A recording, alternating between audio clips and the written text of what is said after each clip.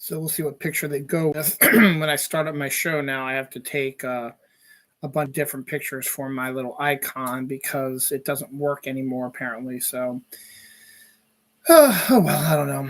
Hi, welcome to a brand new episode of Dylan Knows, episode 594, Olfactory Memories. It is February 22nd, 2025, 2/22/25, 11:14 p.m. here on a Saturday.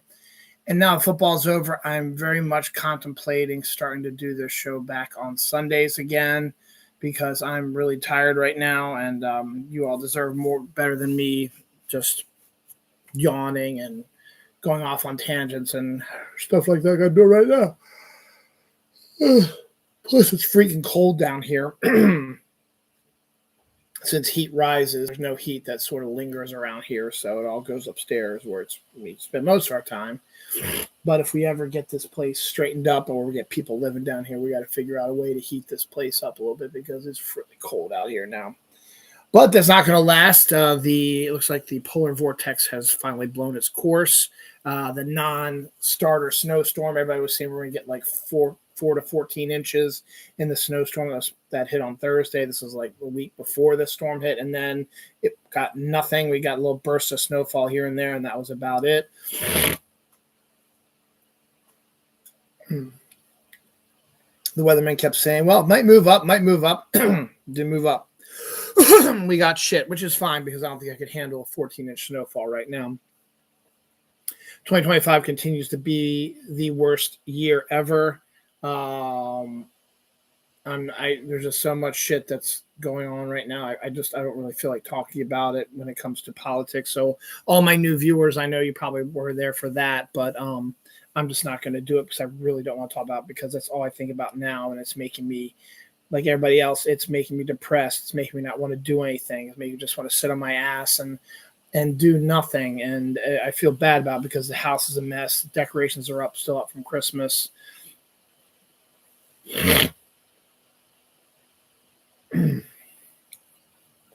Plus, it's been cold as balls. Our money is getting tighter. It's just an all-around bunch of bullshit. But I still got to, struggle through here and try to get this show done. I'm still fighting this stupid fucking cold I've had for almost a month now. The mucus and the coughing still linger. Coughing not so much as most of the mucus is really continues to be an issue here. So you'll see me again clearing my throat. Not probably as bad as it was last week, but bad enough. But enough of that. We got some casting news. We've got end productions. We've got beginning productions. We got new dates for shows and movies. We actually have dates for shows and movies. We are getting new seasons of stuff. We've got new food stuff. We've got some deaths, some anniversaries, a lot of comic book news, which is surprisingly, I think, because there's some sort of comic book sort of convention thing going on. We're sort of talking about this stuff. So a bunch of comic book news coming up here.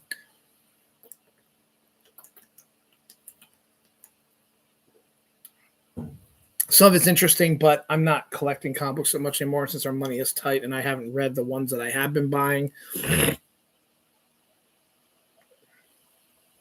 I'm probably not going to get them, but there's some good ideas here, and there's some good news in here. There's some science news. As I said, I'm not going to do anything with the political climate right now. But it's still there, and I'm not ignoring it. I just think it's time to do something else. I really don't feel like talking about it too much. Spring training started for baseball. Just okay, a lot of awards. I mean, we're getting close. The Oscars are in 2 weeks.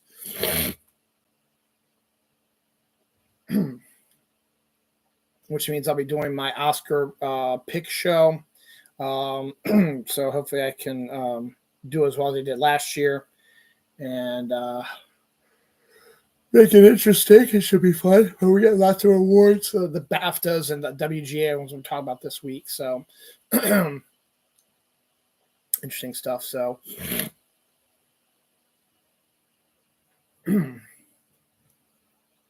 stupid mucus. So we bought the orange cream soda, orange cream Coke in cans. I brought it inside, and actually, I like it in the cans. And my son and daughter like it, so I think will be one that we're gonna continue to get for a while because it's actually seems to be going over well with them. So that's pretty good. So maybe I should try the Dr. Pepper Blackberry in cans, also maybe different. But first, let's real quick, let's get the show started. And again, excuse me for clearing my throat like this, but the mucus is just continues to form. I guess when I talk a lot, it starts to come down here. So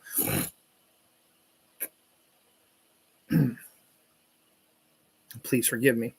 The reason for the name Olfactory Memories was not only is it a crazy name, it might draw people's attention, but I had a moment at work. I guess it was Wednesday or Thursday, and I couldn't remember when, and I had to go into the office portion of my work, and I was walking through the break room. This smell, good smell, wasn't a bad smell. It almost smelled like grilling, but not grilling. But grilling from a different sort of perspective popped into my nose, and it was a smell I had smelled before, and I liked the smell, but I couldn't tell you where I remembered it from. And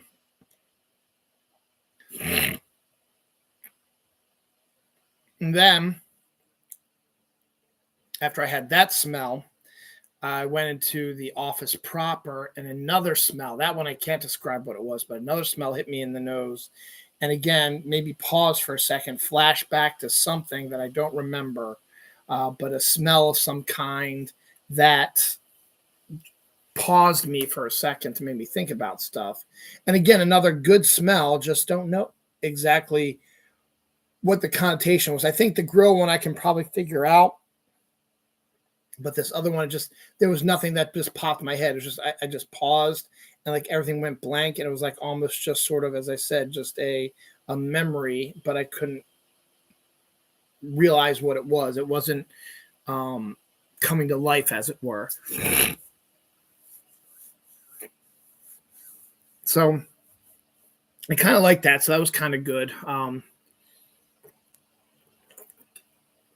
I thought that was an interesting name for a show. So that's what I decided to do. All right, so let's get started, shall we? We'll do the comic news first, since it's right here. There's going to be a new Batman #1. Matt Fraction, who's a pretty damn good writer, and Jorge Jimenez, who's a really good artist, are teaming up to restart Batman in September. It looks pretty good. So, and Tom, not King, but the other Tom from Australia, who's writing Detective Comics, said that what appears in Batman will pop up in his Detective Comic stories as well. So they'll keep that connection sort of going. Chip Zdarsky, who was the writer of Batman, is moving on to be writing the new Captain America comic book that I guess is coming out around the same time as well. The big news is Marvel and DC announced this weekend that they will be doing a crossover. They haven't done one almost 20 years, almost 25 years, technically, actually.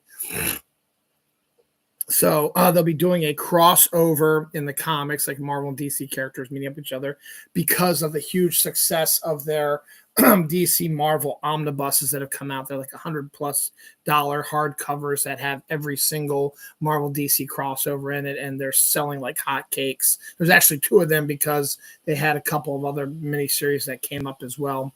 And I really like them too. I'd like to buy them as well, but it's $100 each. I couldn't justify that since we have having our money issues. So I think it's a really neat idea. And it's not on this part of the list. It'll pop up later. So I'll just mark it off there. Harley Quinn is also going to be crossing over with Elvira.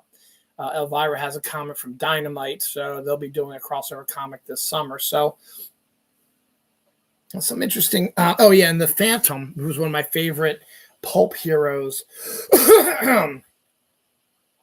will be getting a new comic book as well. So again, I'm not going to buy them, but they're kind of interesting that that's sort of happening. The Masters of the Universe movie for Amazon Prime, I guess, has started filming. So we'll be seeing that probably next year sometime.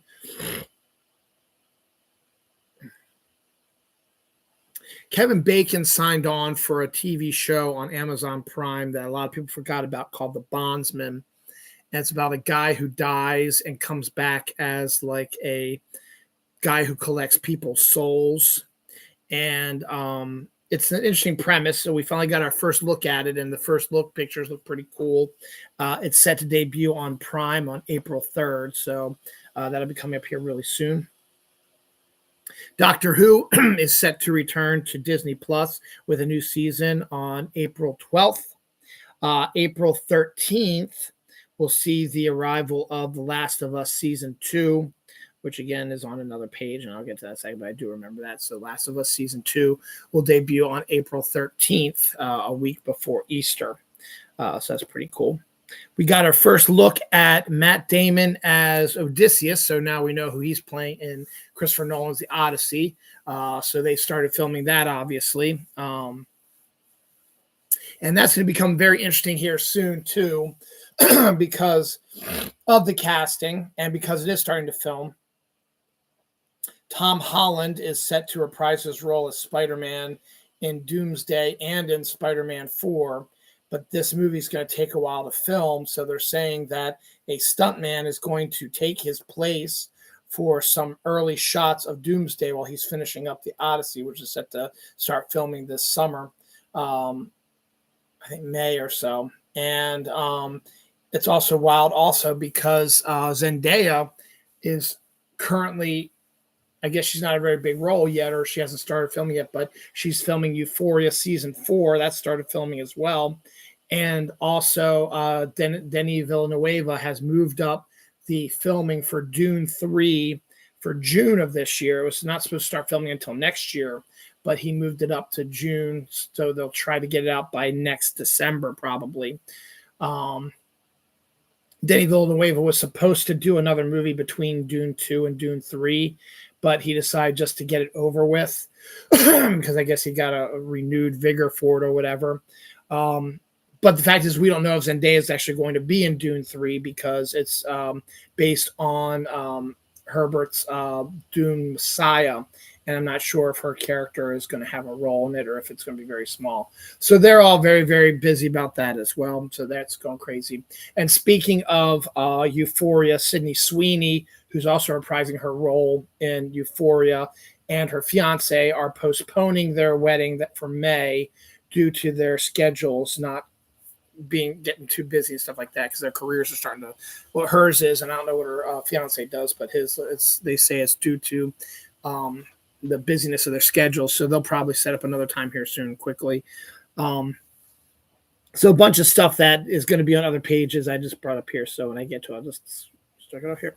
Speaking of Spider-Man 4, it has moved its date from the 24th of July, 2026 to the 31st of July, giving it a 2-week break between the Odyssey and it. So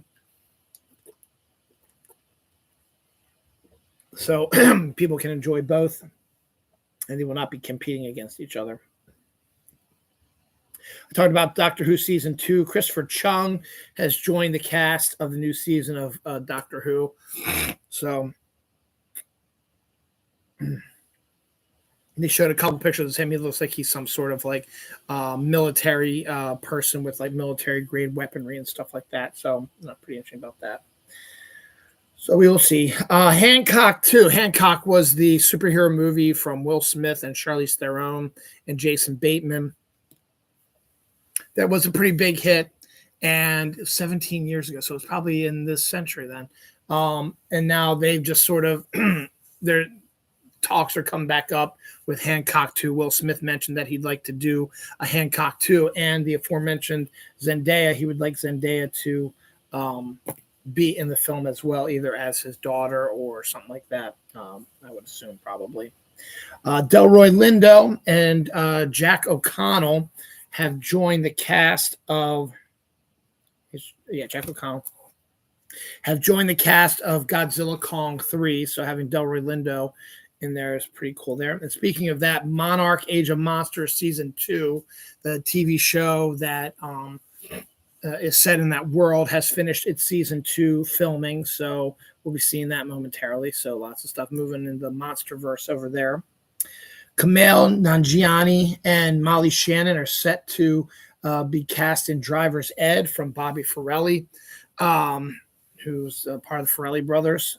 So we'll see how that comes about. It's supposed to be a teen comedy about a bunch of high school kids who steal their driver's ed car to drive their friend to stop his girlfriend's wedding or something like that. I'm not exactly sure. Just a weird little thing about that.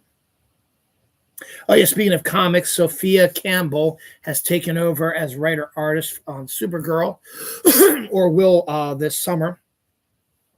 So that's pretty cool. David Leitch, who directed The Fall Guy and a few other movies as well, is set to do Ocean's 14, but he's going to make another movie before that. So Ocean's 14 is being delayed while he makes this heist film for Amazon. Not much known about it, but he will be doing that instead of Ocean's 14, I guess prepping for Ocean's 14, which is also a heist movie. So I just realized that. The Sound of Music is getting a 4K release, and that's kind of interesting to see how that's going to look in 4K.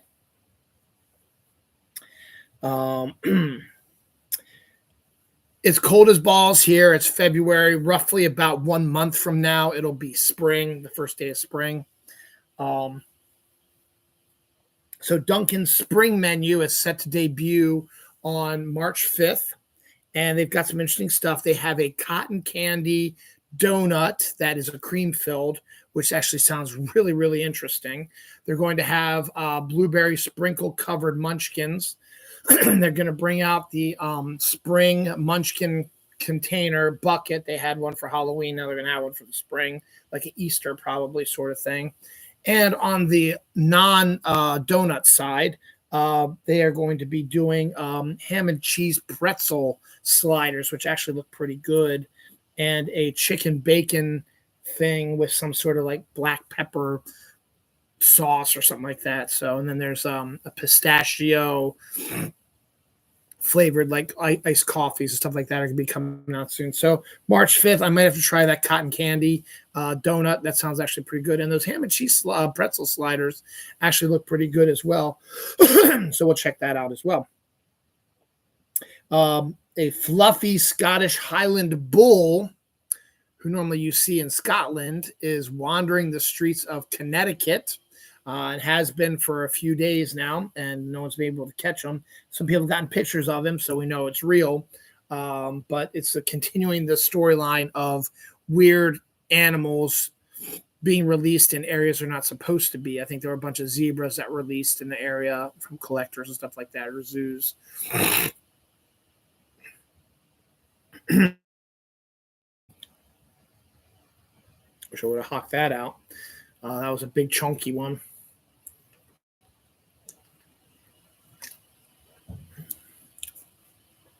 A strong X-ray flash from beyond the Milky Way has scientists perplexed about what it could be. So that's kind of interesting. And a Japanese company is offering free booze at work and hangover leave to try to entice more people to work for their company. So they're going to offer you alcohol at work. And then if you drink too much alcohol, you can take hangover days off and still get paid for it. God, I love the Japanese, man. That's actually kind of interesting. Not that I would utilize it, but still it's kind of interesting to do that. The only anniversary on this page, we have a lot more coming, though. Losing My Religion was the hit song from REM's album Out of Time, which skyrocketed them into mega stardom, was released on this date or this week 34 years ago. So they started their mega skyrocket 34 years ago with the release of this song. Deaths, we have Lynn Marie Stewart, who played Miss Yvonne on Pee-wee's Playhouse, was also in Always Sunny in Philadelphia. She died at the age of 78. Jerry Butler, a smooth soul singer, passed away at the age of 85. George Armitage, the director of Grosse Point Blank and Miami Blues, passed away this week as well. And Peter Jason, a character actor from The Karate Kid and Deadwood, died at the age of 80 today as well.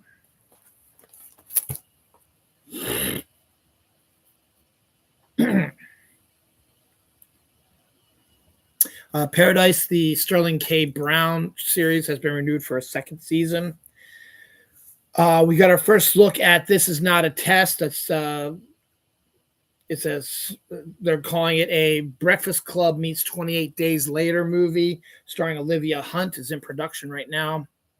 Murderbot, an Apple TV Plus sci-fi horror comedy, is set to debut in May, and we got our first look at it. I think it has a Skarsgård in it also.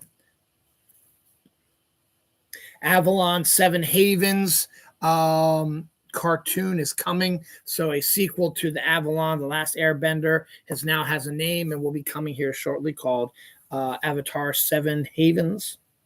The Life List is set to debut March 28th. We get our first trailer for it. It's about a woman who is, going nowhere in her life, so she uncovers her teenage bucket list and decides to do it. So she's got nothing else to do, and her life changes for the better as she does this. The big news this week from Amazon and MGM is Amazon MGM has gotten control of the James Bond franchise from the Broccolis, who've run it since the 60s. They have sold it to Amazon MGM to do with it as they please. So a lot of people are worried about it. I've never been a big James Bond fan, but a lot of people are worried about it due to the fact that Jeff Bezos went on and said, hey, what is your dream James Bond casting? So they're afraid that all the stuff that they remember and liked about James Bond is going to be somehow homogenized or disrupted, whatever, with Amazon taking it over, and we could get like an origin story, from a origin TV show, and it could be some sort of like cartoon, or so the fans are kind of iffy about it. I could care less either way. I think it's an interesting choice. I think they're not giving them enough credit.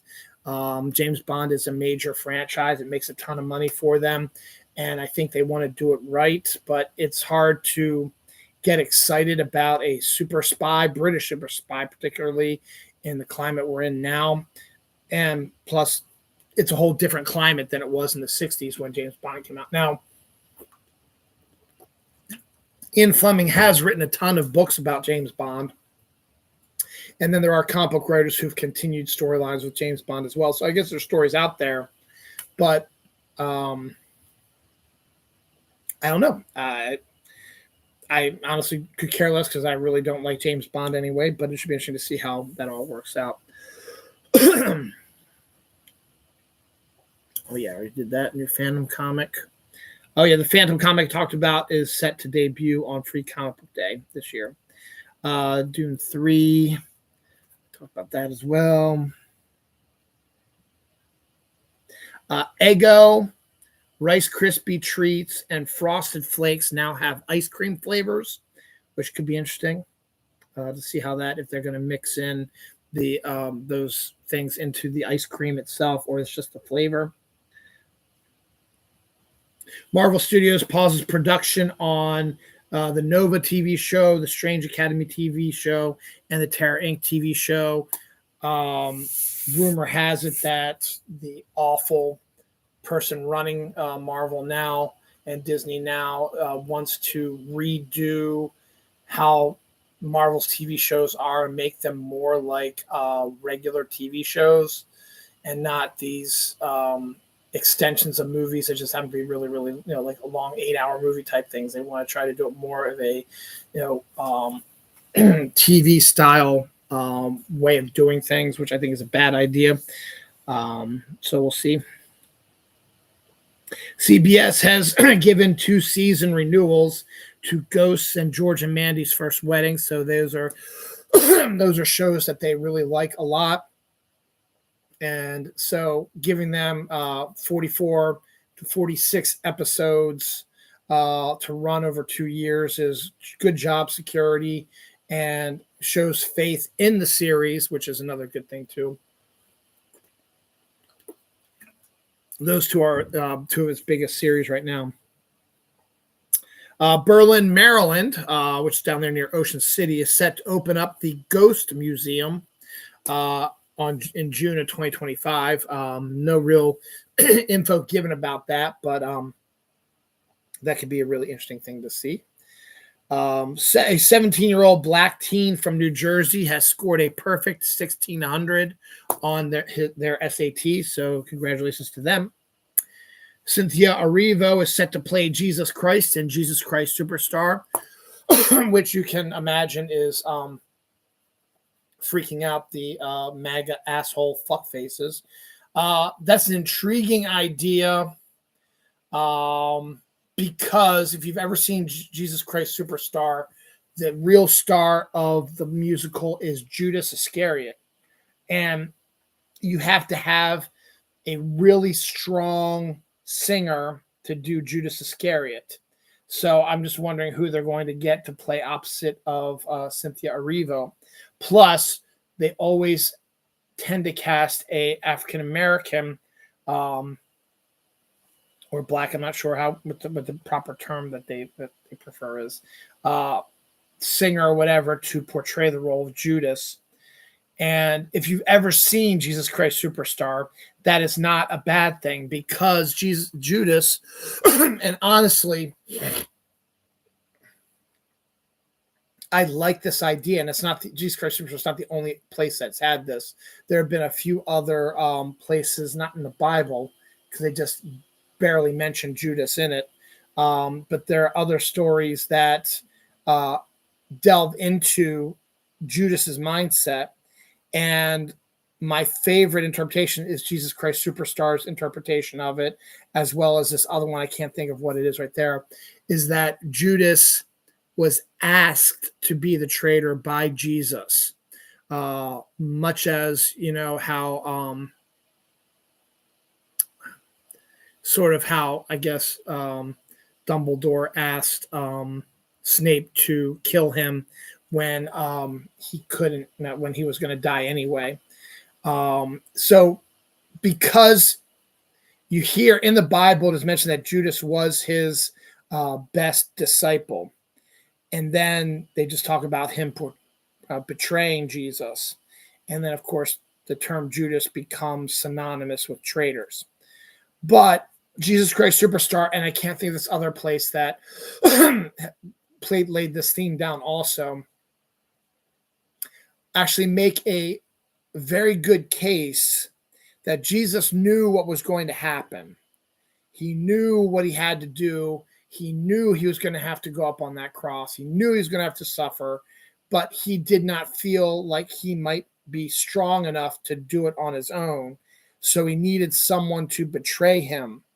And so he went to his best disciple and said, "You have to do this for me. You are the only one who can do this for me. You are the only one who can get me to go through with this, to turn me in, because I have to do this in order to save everybody." And that's what really got Judas, is that he wants to help Jesus save everybody also. But Judas didn't want to do it because he knew that history would not be kind to him. And he knew that all of his fellow disciples would treat him as terrible. But Jesus was almost pleading with him, as like, you are the only one that I trust to do this. You are the most faithful disciple, and you are the only one who can do this for me, to make it be realistic or get me to do this, what I have to do. Because if you don't, none of these other yahoos are going to do it. And I might not.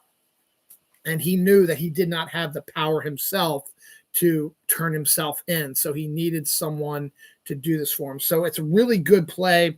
And Cynthia Erivo is an absolutely awesome voice.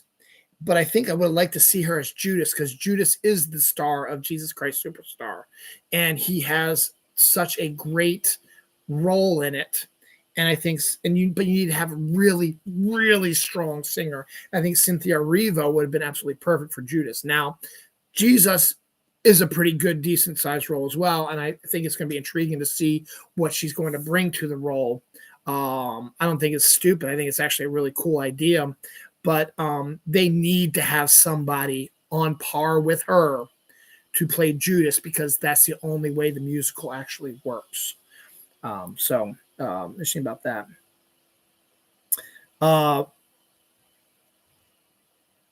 Good Omens, the final episode of Good Omens has finished filming, since it was reduced from being a third TV season due to the Neil Gaiman stuff to a 90-minute wrap-up movie.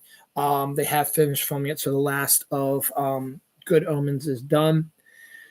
The Gorge, the great film on Apple Plus, which I haven't seen but looks good, with Miles Teller and Anya Taylor-Jones, has been breaking streaming records. So again, it's one of those things that's like, if so many people are watching it, and I guess maybe that answers my own question, is that would they go out to movie theaters to see it?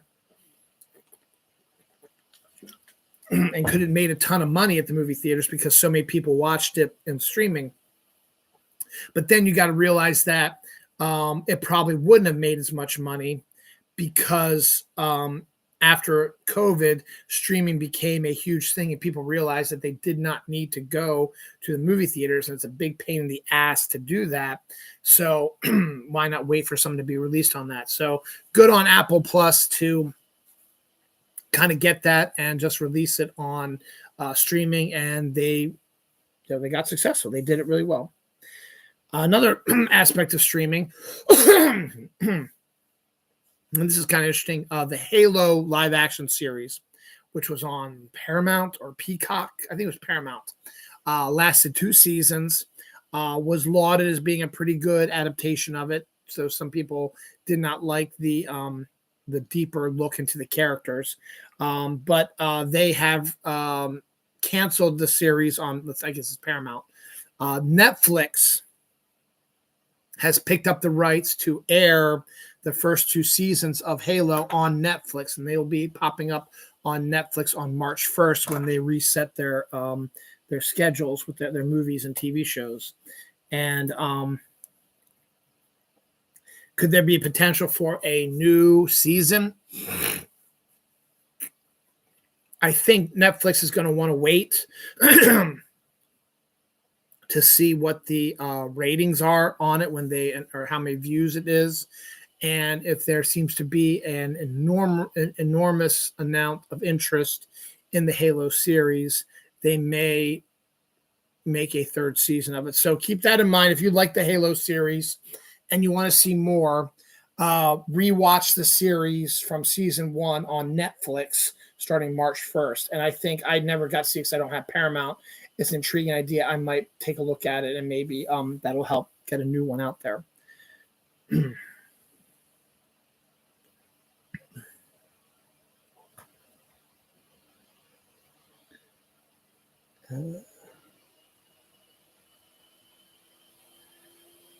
The Residence trailer, the new TV show for Netflix, the murder mystery comedy with Randall Park, from the Shonda Rhimes, from producer Shonda Rhimes, had its first trailer released. The show comes out on March 20th, and looks interesting. It's someone gets murdered at the White House during a state dinner, so everybody's a suspect. So an investigator and FBI guy have to go in and interview everybody, and it sort of kind of reminds people of Knives Out sort of characters and stuff like that. So it's interesting as well. An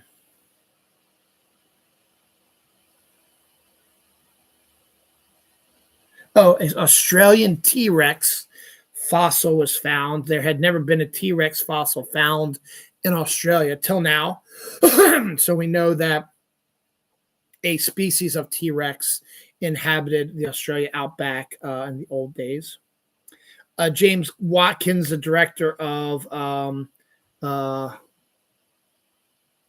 Speak Me In or something like that, or a horror film, a pretty popular one, is set to direct the Clayface movie for DC, written by Mike Flanagan. So yeah, that should be interesting.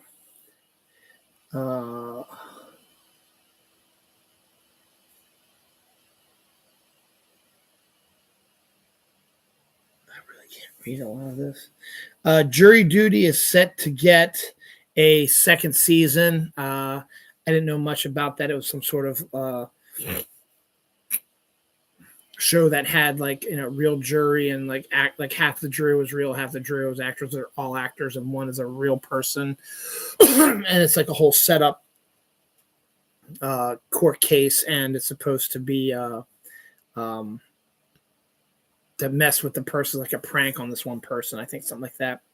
The Marshmallow trailer, a new camp slasher film, debuted this week. Didn't watch because I could care less about it.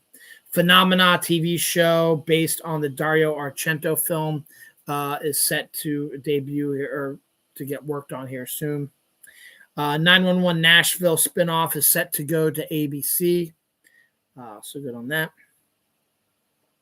The Oreo footlong cookie is now at Subway, so you can now get a footlong Oreo cookie as your dessert with your footlong sub. It's 12 inches. It's like that. Something like that. Interesting. The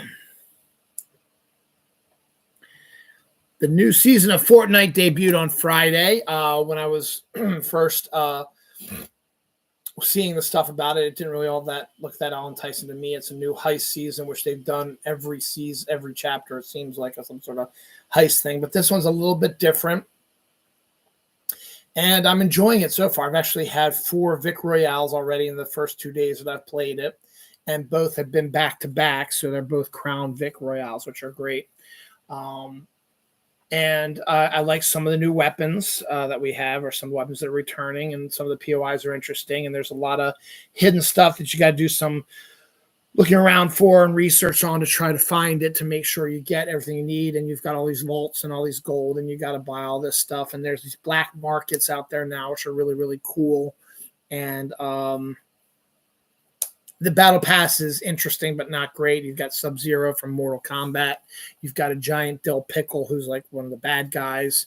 You get to get that skin as well. So I like that. So we'll see how that goes. And we're going to get a new version of Midas, which is interesting too. So it was good. I've liked the seasons. I'm enjoying it so far. We're only 2 days in, so we'll see if it continues to be good. But I like the weapons that we have and all that stuff.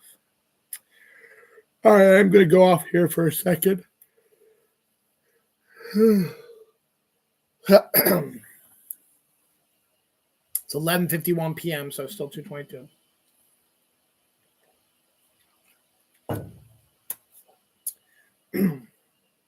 I'm not the biggest Martin Scorsese fan.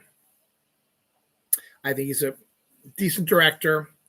I love him more for his obsession with film history. But he has said some really stupid things, particularly pertaining to comic book movies, saying that the amount of comic book movies is destroying the audience for his movies, which is funny since they're basically different people who watch those things. You might have some overlap, but there are different people who watch those things. And then he goes and releases his most recent picture through Apple Plus only, and not in movie theaters. And you can't even get it on DVD or Blu-ray or on streaming unless you have Paramount Plus. I guess it was in the movie theaters for like a week, but it's like a 4-hour fucking movie. So, and he said that the comic book movies are, the reason why he doesn't like them is because they're redundant and they're the same old thing, and there are, like a brain rot sort of thing, same things over and over again. You've seen one, you've seen them all. And then he announces this, his new film. Now, originally he was supposed to be doing a Jesus Christ film and a Frank Sinatra film, both of which are departure from what he usually does. And I think those would have been really cool if he could do them. But he paused both of those to do what else but another redundant crime movie. So, irony alert, or hypocrite alert, whatever. He has cast The Rock, Emily Blunt, and Leo DiCaprio in a new crime film set in Hawaii, which is the only difference between his other crime movies. But it's another mafia crime movie. You've seen them all. They say it's a combination between The Departed and Goodfellas. So you basically are making the same movie again. Something that you said is the reason why comic book movies suck so bad is because they're redundant and because the stories aren't interesting. You're doing another fucking crime movie. That's all you do. You spread your wings a few times here and there. And when you said you were going to do a Jesus Christ movie and a Frank Sinatra movie, I'd be like, that would be pretty cool. And give you a break from the stupid ass crime movies. And yes, the setting in Hawaii is different than normal. But it's going to be the same exact fucking thing. The word fucking is going to be used, or fuck is going to be used a million times. There's going to be violence, people getting beaten up, shot in the head, their hands chopped off or fed to the sharks, whatever they did in Hawaii, thrown in volcanoes. But you're going to see the violence. And there'll probably be some sort of love triangle or some bullshit, whatever. Though Scorsese really doesn't do love scenes all that much. And it was the same sort of thing that I was yelling at him when he did say all this stuff about comic book movies. You're doing the same exact fucking movie, just set in a different location with some different actors in it.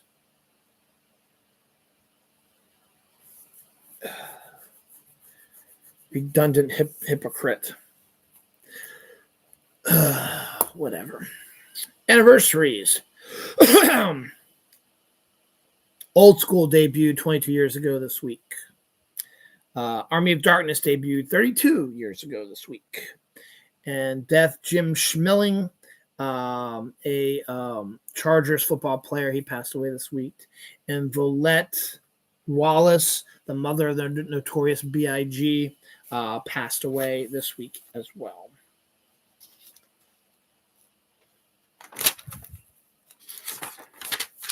2.5 more to go.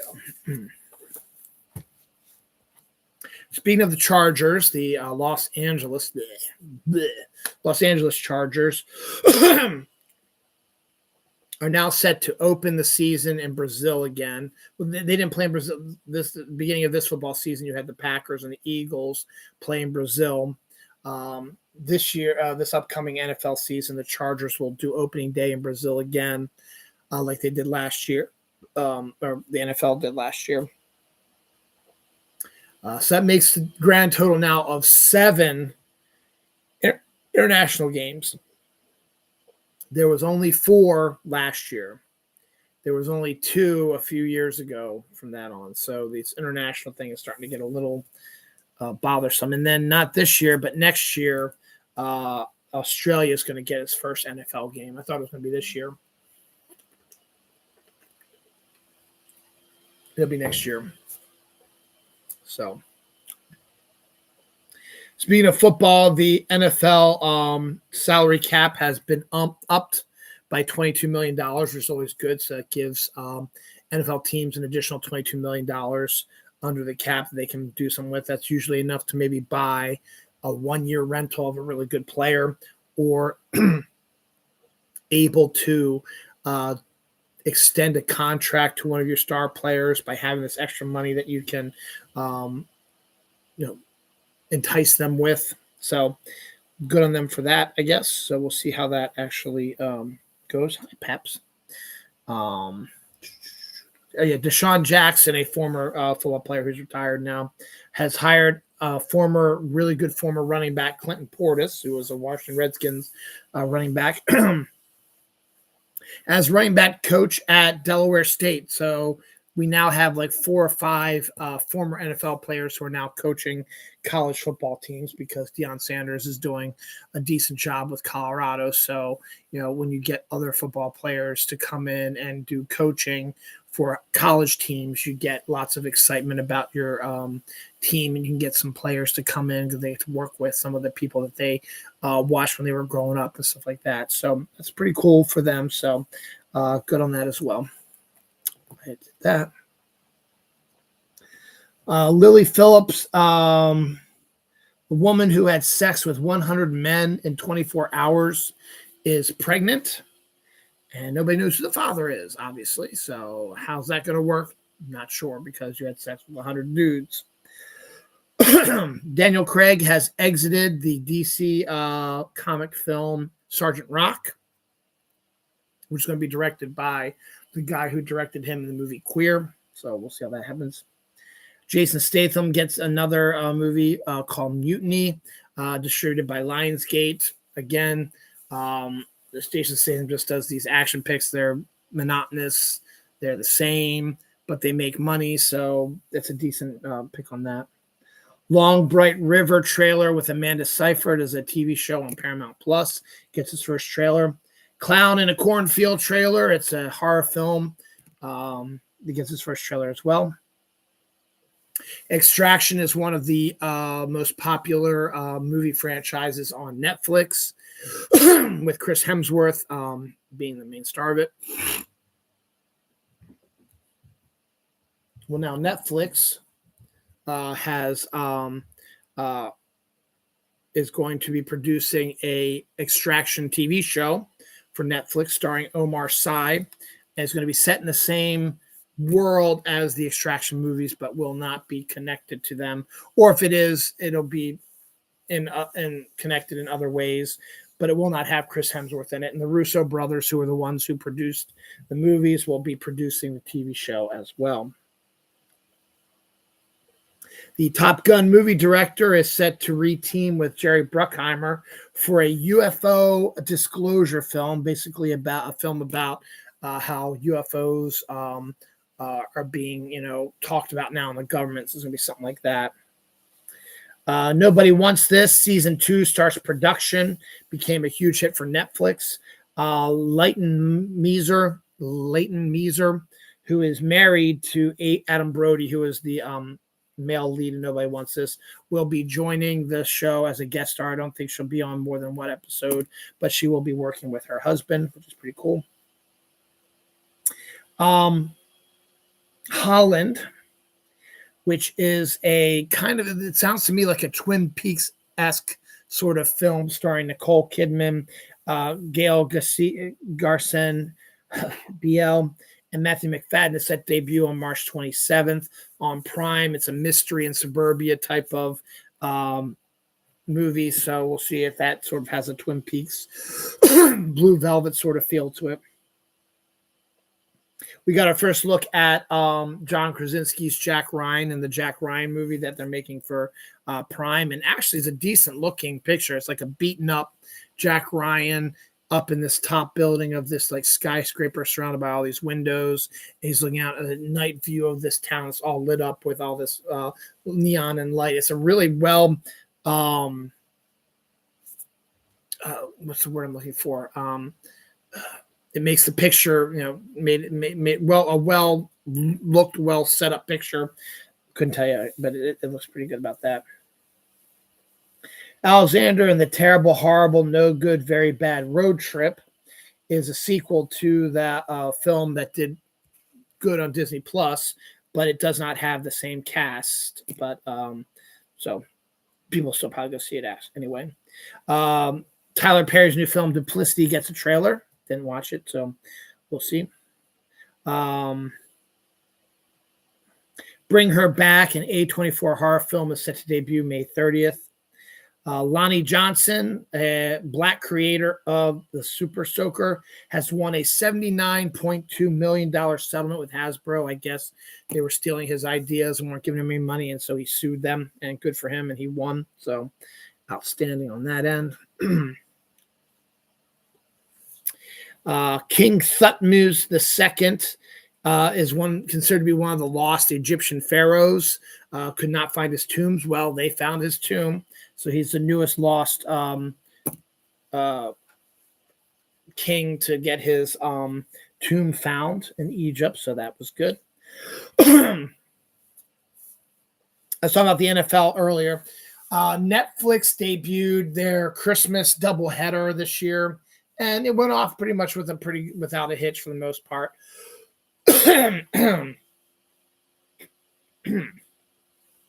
The Ravens played the Texans and the Steelers played the Chiefs.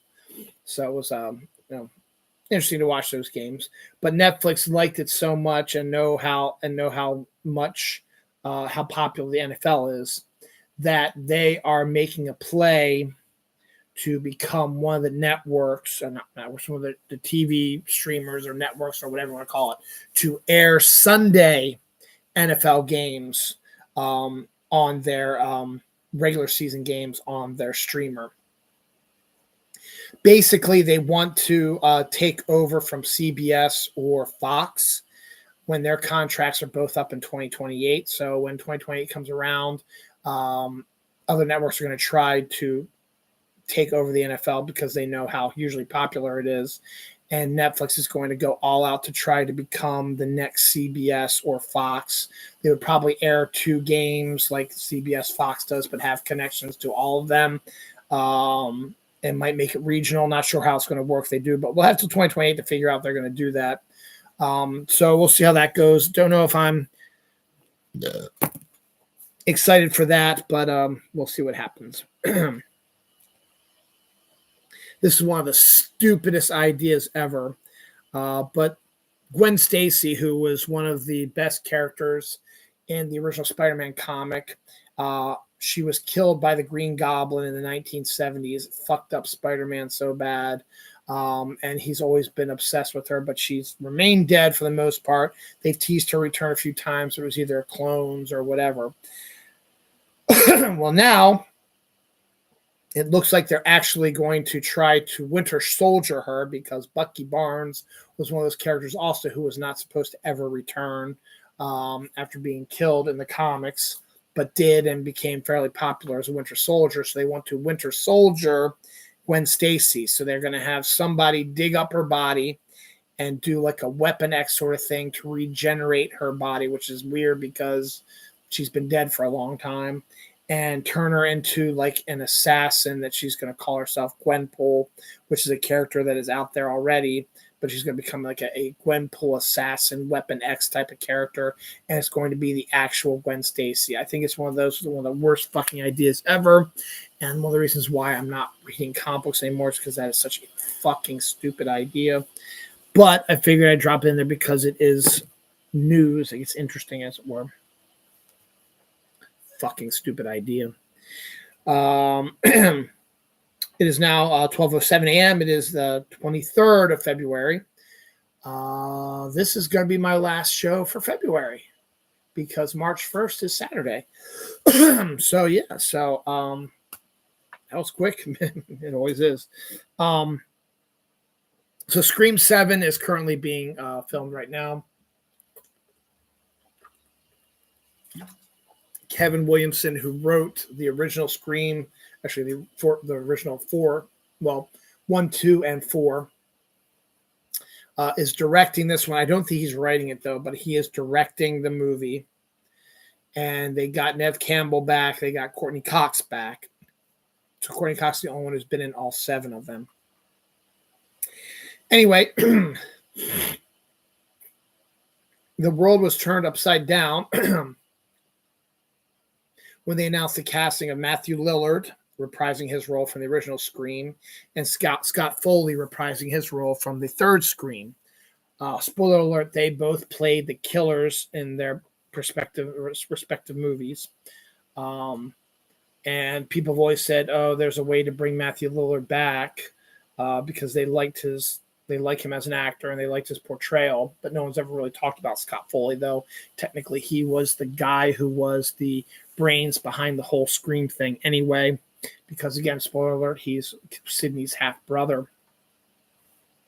So when they announced that they were both coming back, everybody was like, so how the hell are they going to do that? Are they going to pull like a Skeet Ulrich, who, again, spoiler alert, was also the killer in Scream, and he came back in 5 and maybe had an appearance in 6 as well, because his daughter was the final girl sort of thing, and he was there to, like, as a hallucination or whatever, to talk to her.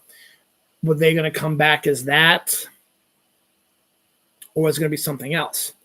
The newest rumor right now, again, it's a rumor and we will not know until the film actually comes out, next year,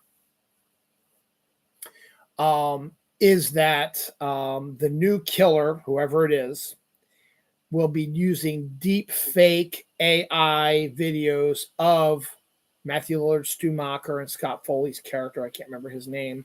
Roman, I think.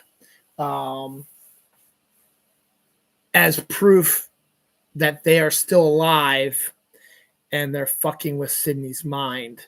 So it adds sort of a psychological aspect to the movie, and then puts the AI, which is what's going on nowadays, and adds that to the Scream franchise now. That's one rumor that's intriguing. The other one that I like a whole hell of a lot better is right around this time, when Wes Craven came back to Nightmare on Elm Street, because he did the first one, and then he just sort of lost its way for a while. But he came back in '94, I believe, and he did the New Nightmare, which was sort of the basis for the Scream movies, because it was a meta story where the actress who played the lead in the Nightmare on Elm Street original movie came back as herself in the New Nightmare movie, and Robert Englund, who played Freddy Krueger, played Robert Englund in the movie as well. And it was like they were at a convention or something like that. And Robert Englund also plays Freddy Krueger, who somehow is able to break his way into the real world and go after the actors who were in a movie about him. So one of these weird, kind of meta, crazy, weird sort of things. So the new theory is, a lot of people believe that also, is that Ken Williamson could pull something like that and do like his version of the New Nightmare, instead of it being like a continuation of the Scream movies.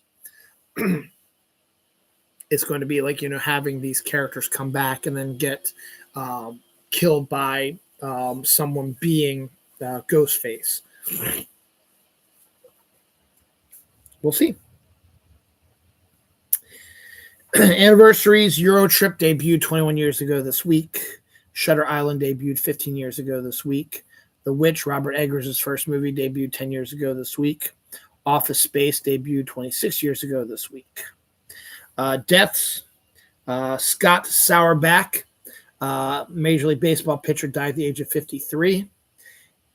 Jim Silkey, a comic book artist, writer, and graphic designer, passed away this week as well. And Mike Lang, no relation, but spelled the same way, Lange. The voice of the Pittsburgh Penguins forever, passed away at the age of 76 this week as well. Last week we had, I didn't think they were going to do this until October, but apparently SNL decided to do their 50th anniversary show this year early, instead of in October, when it's actually going to celebrate its 50th anniversary. So it was like a 3-hour special that brought back a lot of old members of Saturday Night Live and former people who hosted the show, and did sort of a mishmash of stuff. And there were some interesting things in there as well. So I've just been watching clips of it. I did not know it was even going to happen, because I didn't think they were going to do it until October, which is the actual 50th anniversary of the show. So we'll see. So yeah.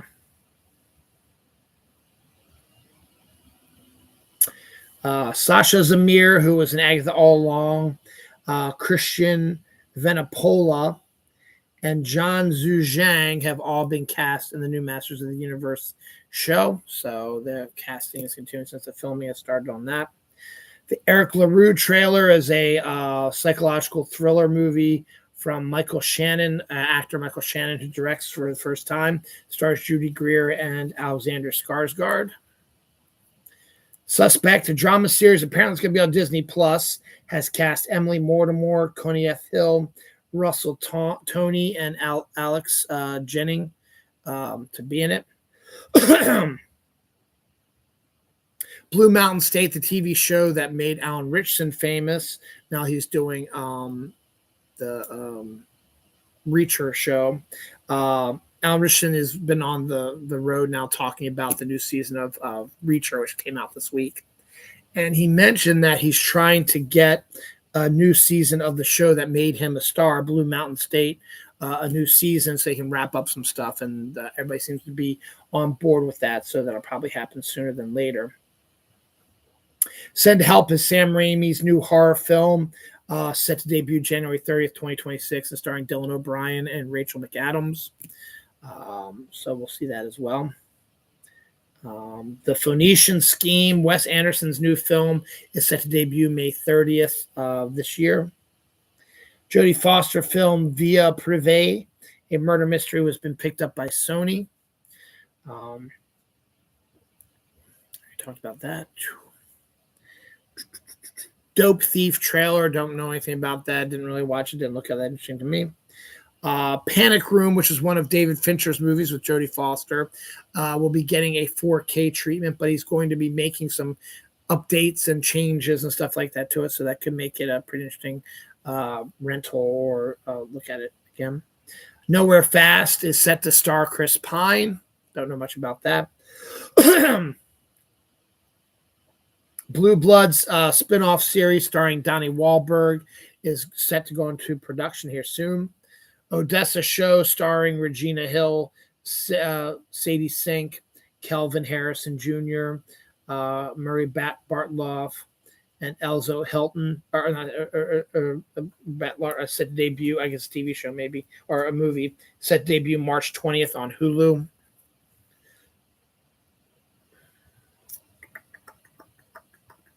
Freaky Tales trailer, Pedro Pascal, Ben Mendelsohn, is kind of this weird amalgamation of anthology movies and 80s sort of genre music tape stuff, sort of things. It's a weird little video, and it's sort of a 1980s sort of action film anthology series.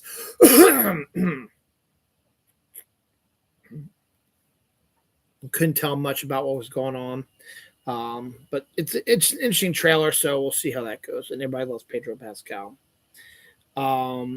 Spielberg's UFO movie has moved from May to June, has moved to June 12th, 2026.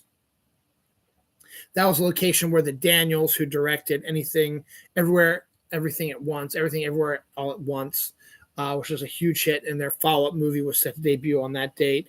But the film is almost done, but it needs a little longer to simmer. So the Daniels' new movie will probably come out sometime in fall 2026. So their date was relinquished, and Spielberg saw it was coming in May of 2026 with Doomsday and a few other things as well, and said, I need to get out in May. So he picked up the June 12th spot, and I think he's going up against some lesser movies, so that are set to debut as well.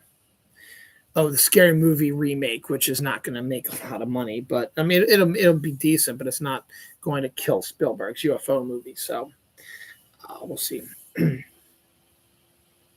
Pope Francis apparently has pneumonia in both lungs and is supposedly in critical condition, taking oxygen. I don't know, so we may be. Let's see if there's any news update. We may be getting a new pope if he passes away. So far, it doesn't look like. So let's hope he stays alive.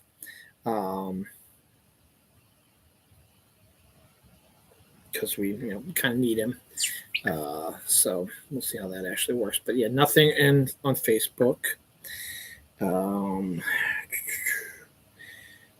Anything else? It would be a big story, I think. So no, everything seems to be okay for now, which is good. Yep. So we're all good. All right. All right. But he does have pneumonia. It's still a big deal. So hopefully he'll recover and he'll be okay. A tourist loses both their hands after trying to take a selfie with a shark. And nothing else to say. It's just morons. That's why we're in the state we are right now, because of fucking morons. This is a heartwarming story, though. The Chicago Cook County Jail chess team has defeated the Jamaican adult male correction center's online chess team as well in a 2-day online tournament. So it's kind of cool that they're allowing convicts to play chess online against other people in jail. Give them a chance to do something different and compete for something and keep their mind active while they're in prison, I guess. That's really kind of neat. So good on that. I'm not sure how much I agree with this. Rumors are abounding that Jack the Ripper's real identity has been discovered due to some DNA evidence that was left over and has finally been, with all the stuff has been, they've done enough that they can get some good intel on it. But I figure it's over 100 years old. This crime has been, it's like 1885. So we're looking at 1985 was the 100th anniversary. 85, 95, 2005 is 140 years ago. Is the DNA still going to be viable? I don't know. So I'm not going to say anything other than you can take a look for yourself. There's plenty of videos about it, TikTok, stuff like that. Via some DNA evidence, they say Jack the Ripper has been uncovered, but I'm not 100% certain about that. All righty. The first of two major awards.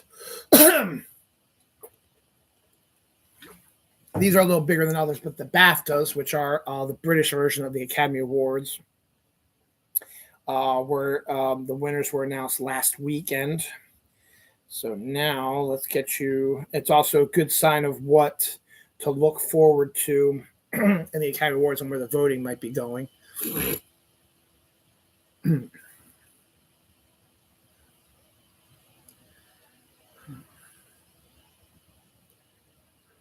I want to see that. Ugh.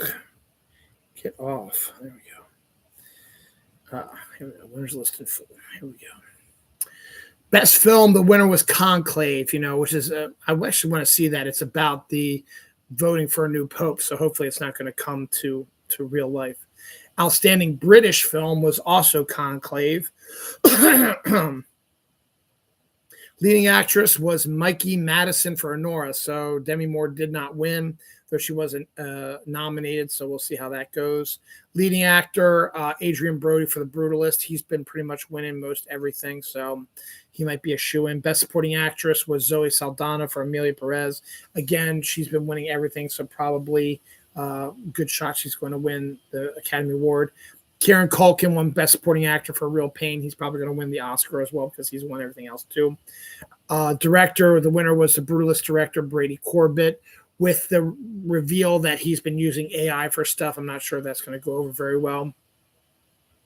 The BAFTA Fellowship winner was Warwick Davis, who was Willow and played Ewoks and was in Harry Potter, played the Hufflepuff's, Ravenclaw's. I can't think of his name right now, but he's been all over the place, so he's good. Outstanding debut by a British writer, director, producer was Kneecap. Never heard of it, but it's a British thing. Film not in the English language. Best one was Amelia Perez.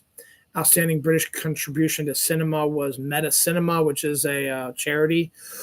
Best documentary, Superman, the Christopher Reeve story. Best animated film was Wallace and Gromit, Vengeance Most Foul.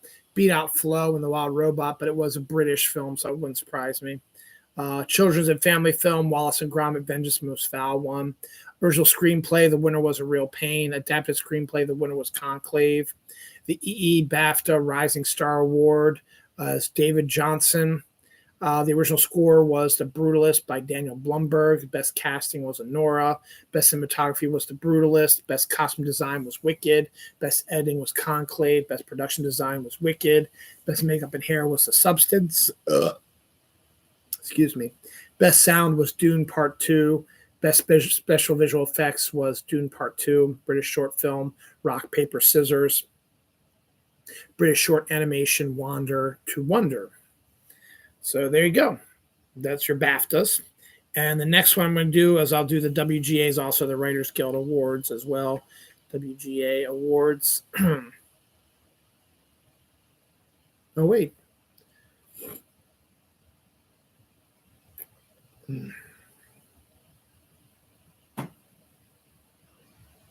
Oh, wait. This is 2023's.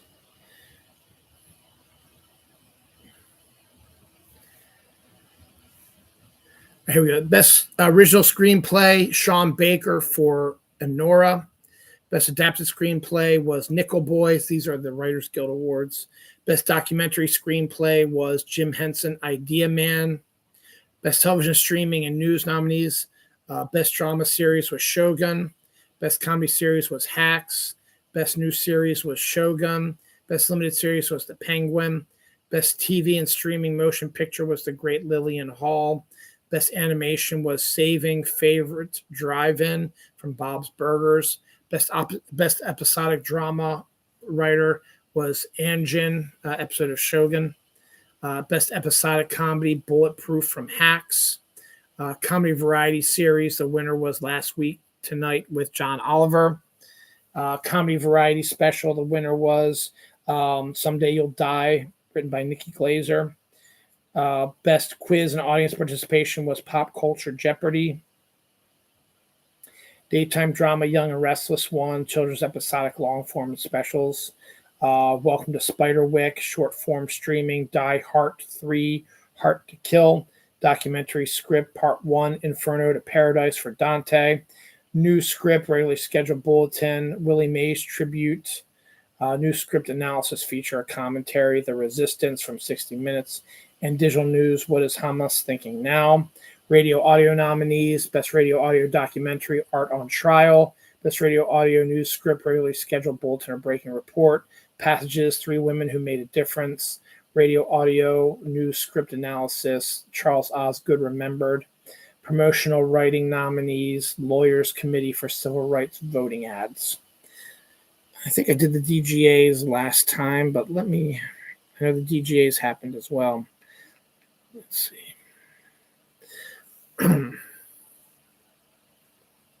Yeah, February 8th, so I must have done these already.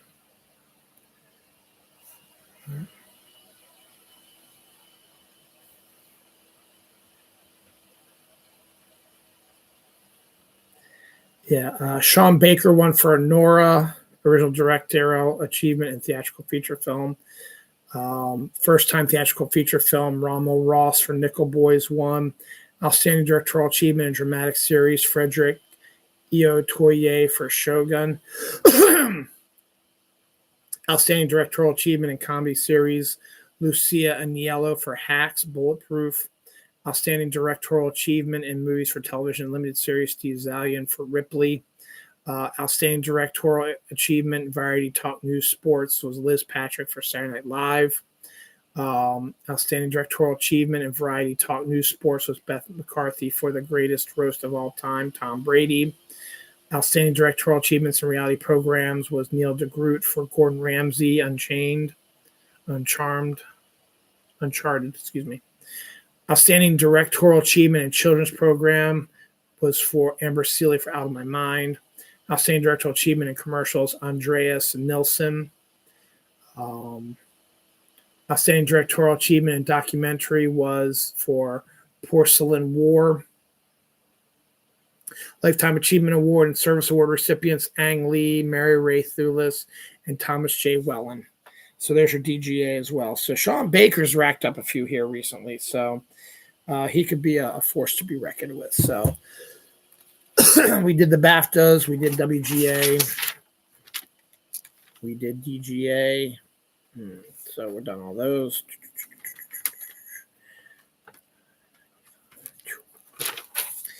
All right. So do we have any other stories here? All right. Got a ton of anniversaries here.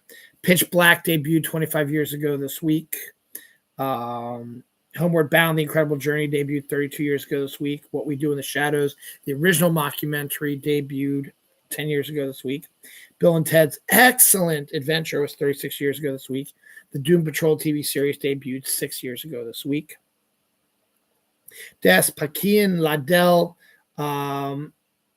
Bowman was a Mexican singer, passed away at the age of 77. And Anne Marie Halter, a Columbine survivor, as a paraplegic, also died this week as well at the age of 47. Finest bat, I did that one already. The final group here. Sharon Stone joins the cast of Euphoria. I think I did that one last week. An apple hunter has brought back 1,200 lost apple varieties from the Appalachian Pass. So that's pretty cool. So that was it for the stories, except for my last one. Anniversaries, Over the Top debuted 38 years ago this week. Jupiter Ascending 10 years ago this week. Black Panther 7 years ago this week. Ghost Rider 18 years ago this week. Happy Gilmore 25 years ago this week. Deaths, Kim Se-ren, a Korean actress, died at the age of 24. And Michael Collier, NFL player who went to Morgan State, died at the age of 71. And Biff Whiff, character actor, he died this week as well. The final story for this episode, the fastest exoplanet ever is being dragged through space at 1.2 million miles per hour by its hypervelocity star. So I don't know how that would affect stuff on the surface, but we're not moving that fast through space. So that's absolutely crazy that something like that's going on. So pretty interesting. So that's it for the end of February. So we got through another month here. We still have a week to go, but next Saturday/Sunday is March 1st, March 2nd. My wife's birthday is March 3rd. So this week is going to be all about getting her stuff for her birthday, but she's not really giving me anything. So I got to play it by ear. She said she has stuff, but she really hasn't told me what it is yet. But hopefully soon. I think I'm done here. Thanks for watching. We'll see if I do a Saturday or Sunday show. Excuse me. Excuse me again. So we actually have 2 weeks before the Oscars, so we got that coming up here soon. I haven't done a list show in a while, so I might be doing that. I also think I have a show where I want to rant about commercials, so I might do a new interviews with myself about commercials. So we'll see. I got nothing else. I'm tired. We'll see what I can get done tomorrow. Thanks for watching.